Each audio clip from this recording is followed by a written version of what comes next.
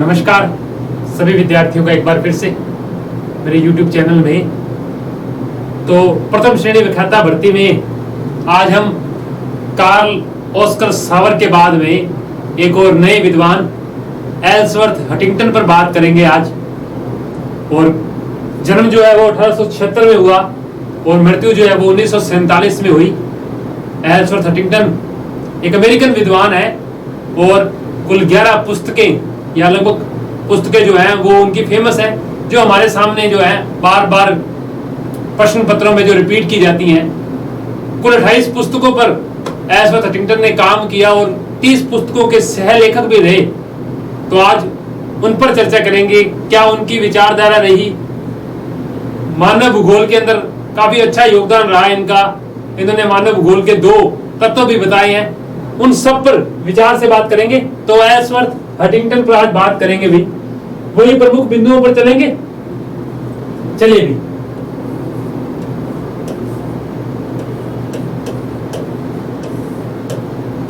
Ellsworth Huntington जन्म 16 सितंबर 1876 को हुआ।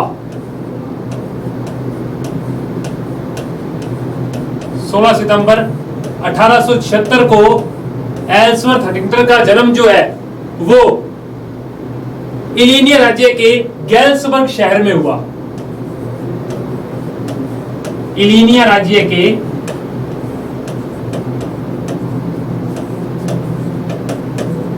गैल्सबर्ग शहर में एल्सवर्थ हटिंगटन का जन्म हुआ। ध्यान रखेंगे जन्मे कहां।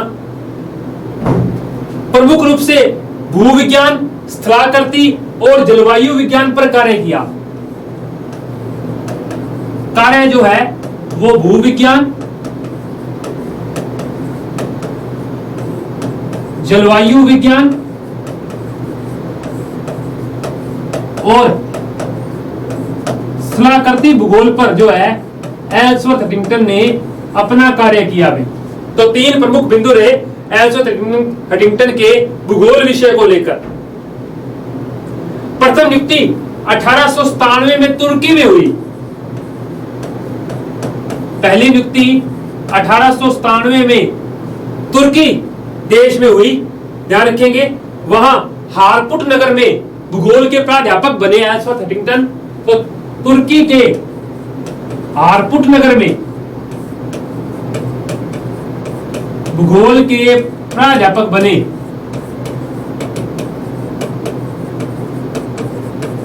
एल्सवर्थ हटिंगटन तो पहली नियुक्ति 1897 में हुई। इसके बाद में 1901 में पुणे स्वदेश लौट आए, वापिस स्वदेश लौट आए। ध्यान रखेंगे एल्सवर्थ हटिंगटन एक अमेरिकन विद्वान है। हमने कल कार्ल सावर पर भी बात की थी, वो भी एक अमेरिकन विद्वान थे। तो दोनों विद्वान जो हैं वो अमेरिकन है भी।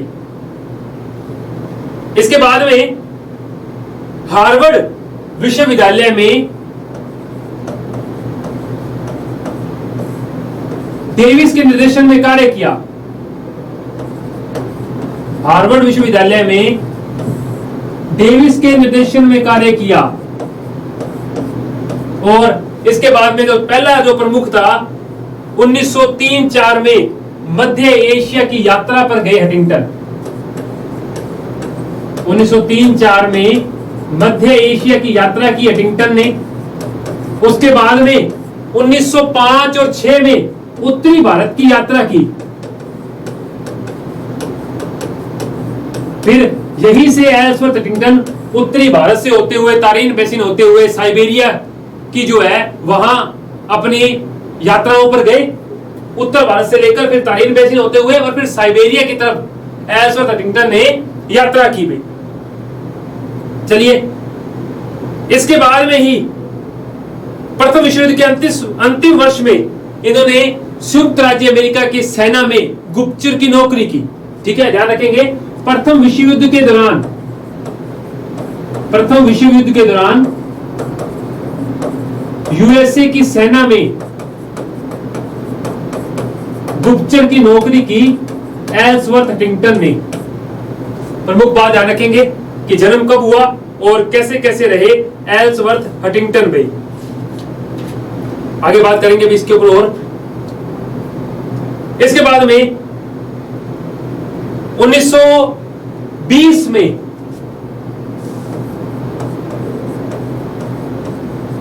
येल यूनिवर्सिटी में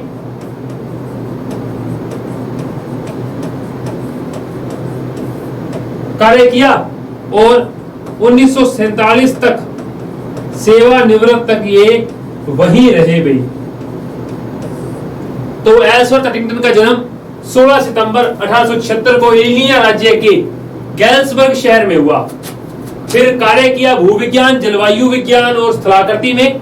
1897 में तुर्की में चले गए, वहां हारपुट नगर में भूगोल के प्रोफेसर बने। 1901 में स्वदेश लौटे। 3-5 में मध्य एशिया की यात्रा की, फिर 4-5 में उत्तरी भारत की यात्रा की, फिर वहां से तारीन बेसिन होते हुए साइबेरिया तक की यात्रा की एल्सवर्थ हंटिंगटन ने। उसके बाद में प्रथम विश्व युद्ध के दौरान यूएसए की सेना में गुप्तचर रहे हंटिंगटन, और बाद में 20 में येल यूनिवर्सिटी में प्रोफेसर बने और 47 तक उसी यूनिवर्सिटी में कार्यरत रहे। अब हंटिंगटन की रचनाओं पर बात करते हैं।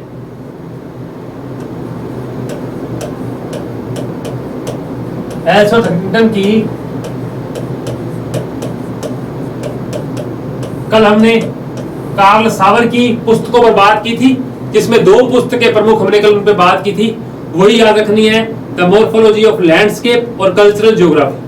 ऐसी आज एल्सवर्थ हंटिंगटन की रचनाओं पर बात करते हैं। तो कुल जो है 11 पुस्तकें हंटिंगटन ने अपने काल में, जो हमें बार बार पेपरों में पूछी जाती है, उन पर। तो पहली पुस्तक हंटिंगटन की जो है वो रही द पल्स ऑफ एशिया।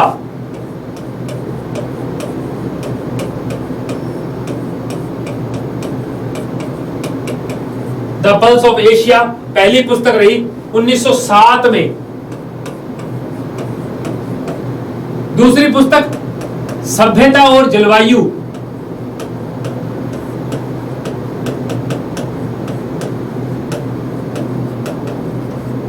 1915 में प्रकाशित की।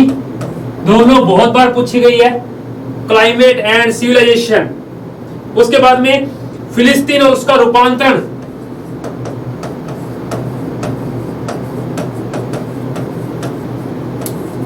फिलिस्तीन व उसका रूपांतरण 1911 में प्रकाशित की एल्सवर्थ हंटिंगटन ने। इसके बाद में मानव भूगोल के सिद्धांत, फ्रांस की पुस्तक भी है, मानव भूगोल के सिद्धांत,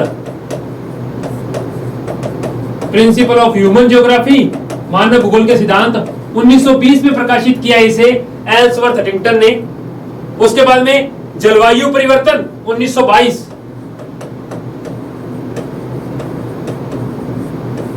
जलवायु परिवर्तन 1922 में प्रकाशित की एल्सवर्थ हंटिंगटन ने। इसके बाद में पृथ्वी और सूर्य, अर्थ एंड सन, पृथ्वी और सूर्य, इसे 1923 में प्रकाशित किया एल्सवर्थ हंटिंगटन ने। 7वीं पुस्तक जो रही वो रही प्रजातियों के लक्षण, कैरेक्टरिस्टिक्स ऑफ रेसेज, प्रजातियों के लक्षण 1924 में प्रकाशित किया इसे एल्सवर्थ हंटिंगटन ने। इसके बाद में मानवीय आवास,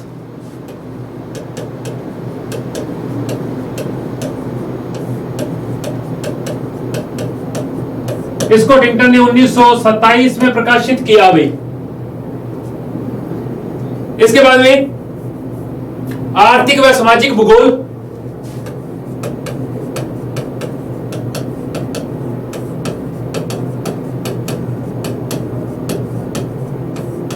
(1933), फिर आर्थिक भूगोल के लक्षण,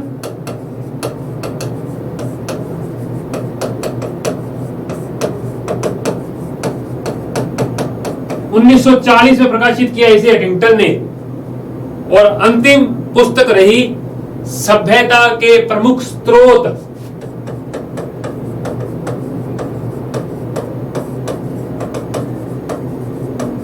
और इसे हंटिंगटन ने 1945 में प्रकाशित किया भी। तो the main springs of civilisation, ये इस किताब जो है कुछ ऐसे लिखी आती है पेपर में, मैन स्प्रिंग ऑफ सिविलाइजेशन किसकी किताब है? हंटिंगटन की किताब है भाई। तो फेमस पुस्तकें, पहली पुस्तक याद रखनी है, इंपॉर्टेंट है हमारे लिए, द पल्स ऑफ एशिया। फिर क्लाइमेट एंड सिविलाइजेशन, सन ध्यान रखेंगे 1915 में। उसके बाद में मानव भूगोल के मूल सिद्धांत, काफी बार पूछी गई है, 1920 में एल्सवर्थ हंटिंगटन की पुस्तक है, पृथ्वी और सूर्य, अर्थ एंड सन। और अंतिम किताब जो है सभ्यता के प्रमुख स्रोत, the main spring of civilisation, 1945 में। प्रजातियों के लक्षण को भी ध्यान रख लेंगे, ठीक है। ये प्रमुख 11 किताबें जो है हंटिंगटन ने अपने पूरे जीवन काल में प्रकाशित की। प्रमुख पुस्तकों की बात कर रहा हूं। वैसे 28 पुस्तकों पर हंटिंगटन ने कार्य किया और उसमें से 30 पुस्तकों के साथ वो सह लेखक की भूमिका में भी रहे। डेविस के निर्देशन में भी एल्सवर्थ हंटिंगटन ने कार्य किया। तो ये हंटिंगटन की प्रमुख रचनाएं थी। इसके बाद में इसकी विचारधारा और इसके प्रमुख स्रोत क्या रहे? हंटिंगटन किस विचारधारा से थे?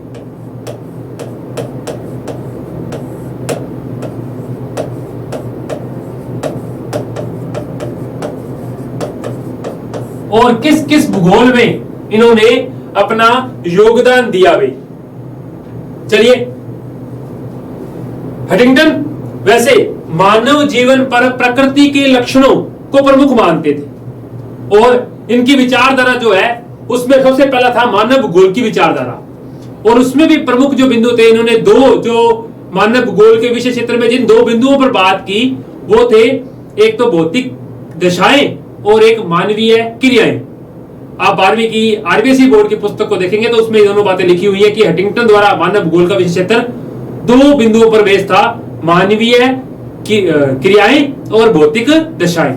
तो सबसे पहले ये भौतिक दशाएं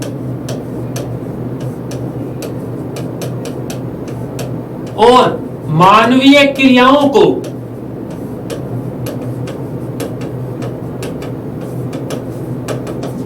मानव भूगोल का विषय क्षेत्र मानते थे।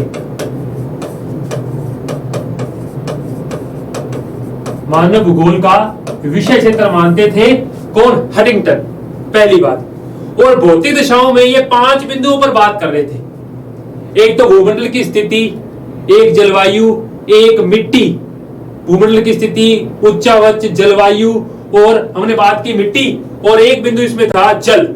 तो कुल 5 बिंदुओं को जो सामान्य भौतिक कारक होते हैं मानव भूगोल के, उन्हीं पर बात की कि सबसे पहले स्थलाकृति, फिर उसके बाद में उच्चावच, उसके बाद में जल, फिर जलवायु दशाएं और मिट्टी। ये मानते थे कि ये दोनों दशाएं या दोनों बिंदु मिलकर ही जो है जीवन योग्य दशाएं बनाते हैं। जीवन योग्य दशाएं जो है वो बनाते हैं। इसमें जीवन योग्य में अब इन दोनों पर क्या क्या निर्भर होगा? ये कहते हैं या तो पौधे होंगे, या पशु, और या होंगे मनुष्य। तो 3 इन पर ये आश्रित मानते थे। इसके अलावा इन्होंने जो है नीतिवादी विचारधारा, क्या हमने पहले बात की कि मानवीय क्रियाओं पर प्रकृति की दिशाओं को महत्वपूर्ण मानते थे। तो हंटिंगटन एक नियतिवादी विचारक है। ध्यान रखेंगे, हंटिंगटन एक नियतिवादी विचारक था। हंटिंगटन एक नियतिवादी विचारक थे। और ये कहते हैं कि एक परिभाषा आप याद रखेंगे कि मानव का भौगोलिक वातावरण जितना जलवायु पर निर्भर करता है उतना किसी और कारक पर निर्भर नहीं करता। परिभाषा याद रखेंगे कि मानव का भौगोलिक वातावरण या उसका भौगोलिक वातावरण का विकास जितना जलवायु पर निर्भर करता है उतना किसी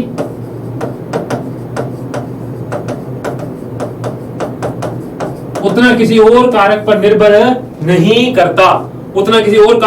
नहीं करता। ये परिभाषा इन्होंने अपनी पुस्तक मानव भूगोल के सिद्धांत, जो कि कब छपी 1920 में, उसमें प्रकाशित की थी। मानव भूगोल के सिद्धांत 1920 की पुस्तक में ये परिभाषा जो है हडिंगटन ने दी गई। चलिए, ये हडिंगटन का कुछ विचार था, उनकी प्रमुख पुस्तकें और उनका जीवन जो है वो कैसा रहा, ये इन सब पर बात हुई है आज एल्सवर्थ हडिंगटन पर। अगली वीडियो में हम किसी और अन्य भूगोलवेत्ता पर बात करेंगे। तब तक के लिए नमस्कार।